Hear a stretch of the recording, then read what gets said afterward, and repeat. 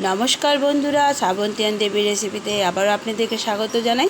आजके जे रेसिपिटा बानाচ্ছি तार जोन्नो आमी एखाने निये निয়েছি कातल माछेर पेटी।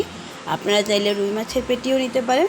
माछेर पेटी निले এই रेसिपिटा बानाते खूब सुविधा होबे, सेटा आपनारा आस्ते आस्ते देखते पारबेन। तो प्रथमे आमी माछगुलोर पेटिगुलोके भालो करे एकटु सेদ্ধ करे नेब। এই দেখুন সেদ্ধ করে নামিয়ে নিয়েছি এবং একটু ঠান্ডা করে নিয়েছি।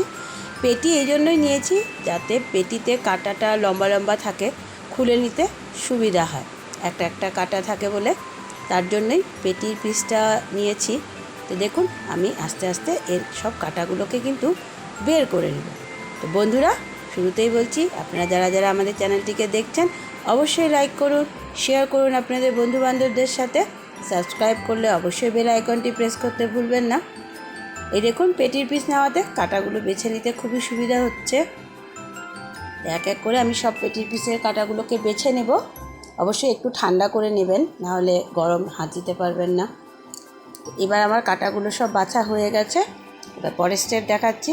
এখানে আমি নিয়েছি দুটো সেদ্ধ আলু। এবার আলুগুলোকে পুরো ভালো করে ফেটিয়ে নেব। আপনারা অবশ্যই এতক্ষণে একটু তো আন্দাজ করেই নিয়েছেন। হ্যাঁ, আমি মাছের একটা চপ বানাবো। এবার আলুটাকে ফেটিয়ে নেওয়ার পর এর মধ্যে আমি বেছে রাখা মাছগুলোকে দিয়ে দিচ্ছি।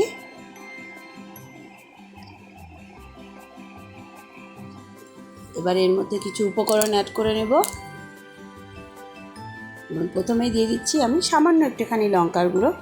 লঙ্কার গুঁড়ো এই জন্য সামান্য দিচ্ছি কেননা কাঁচা লঙ্কাও দেব। পরিমাণ মতো হলুদ গুঁড়ো,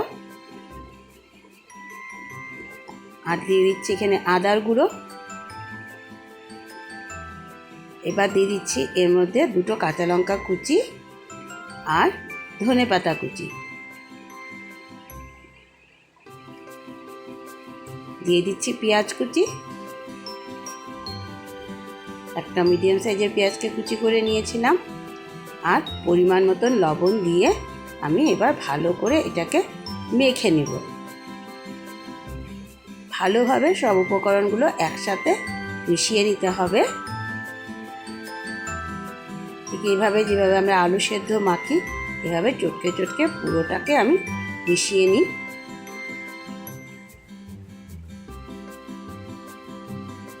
দেখুন আমার এটা মেশানো কিন্তু একরকম হয়ে গেছে।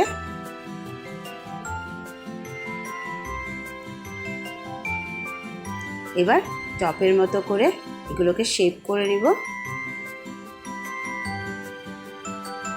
যদি মনে করেন একটু ঢিলা ঢিলা আছে তাহলে আপনারা সামান্য একটুখানি চালের গুঁড়ো এর মধ্যে দিয়ে দিতে পারেন, তাহলে এটা খুলে যাবে না। এই দেখুন এটা আমার রেডি হয়ে গেছে। তো চলুন এবার কড়াইটা বসিয়ে দিলাম। এর মধ্যে বেশ অনেকটা আমি রিফাইন্ড অয়েল দিয়ে দিয়েছি। তেলটা ভালো গরম হয়ে এলে এক এক করে আমি চপগুলোকে ভেজে নেব।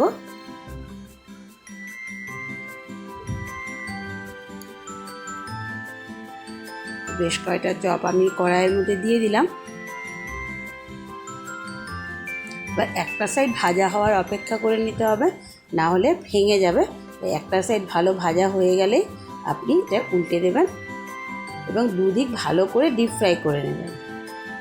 এই দেখুন একটা দিক ভালো লাল লাল ভাজা হয়ে গেছে, আমি উল্টে দিয়েছি।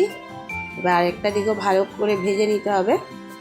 আমার এই মাছের চপগুলো ভাজা হয়ে গেছে, আমি এক এক করে তুলে নেব।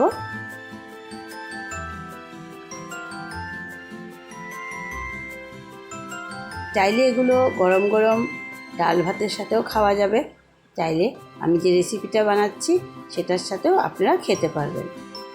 তো আমার এক সেট ভাজা হয়ে গেছে, বাকি চপগুলো এইভাবে ভেজে নিচ্ছি।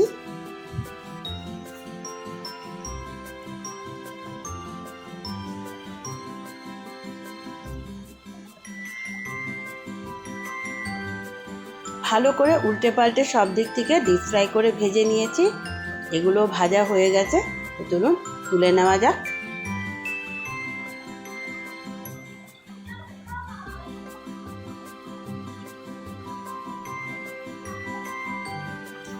এবার একই তেলে আমি প্রথমে ফোড়নে দিয়ে দিচ্ছি একটা তেজপাতা,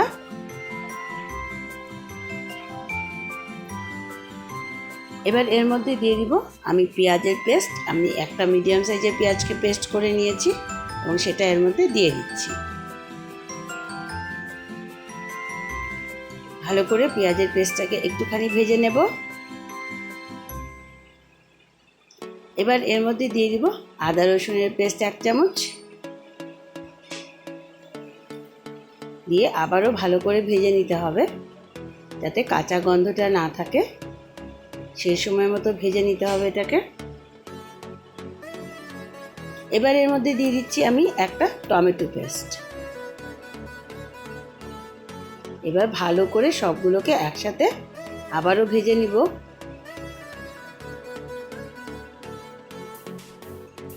এই দেখুন ভাজা হয়ে গেছে। এবার গুঁড়ো মশলাগুলো দিয়ে দিচ্ছি। 1 চামচ ধনে গুঁড়ো, দিয়ে দিচ্ছি 1/2 চামচ জিরে গুঁড়ো, 1 চামচ পরিমাণে হলুদ গুঁড়ো, আর দিয়ে দিচ্ছি পরিমাণ মতো ঝাল। আপনারা যে যেমন ঝাল খেতে ভালোবাসেন সে অনুযায়ী ঝালটা দেবেন। এবার এর মধ্যে দিয়ে দিচ্ছি পরিমাণ মতো লবণ।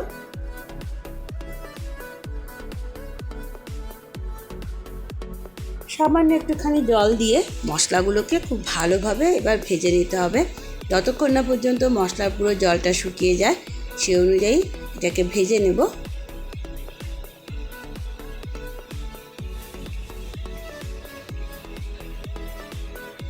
এই দেখুন মশলার জলটা কিন্তু শুকিয়ে গেছে আমার। 2-3 মিনিট ভাজলেই মশলার জলটা শুকিয়ে যাবে। সেই পরিমাণ পর্যন্ত ভেজে নিলাম।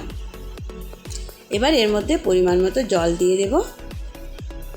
বেশ মাখা মাখা করে করব মাছের বড়ার এই রেসিপিটা, তো বেশি জলের প্রয়োজন নেই।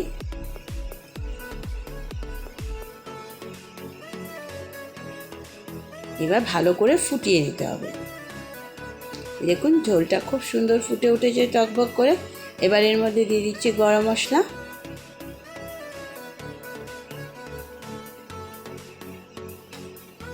গরম মশলাটা দিয়েও আবারও একটুখানি ফুটিয়ে নিয়ে আমি ভেজে রাখা মাছের চপগুলো এর মধ্যে এক এক করে দিয়ে দিব।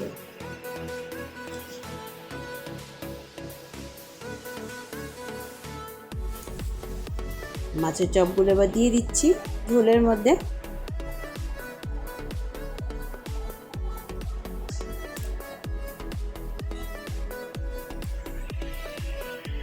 তো আমার মাছের চপগুলো ঝোলে দেওয়া হয়ে গেছে।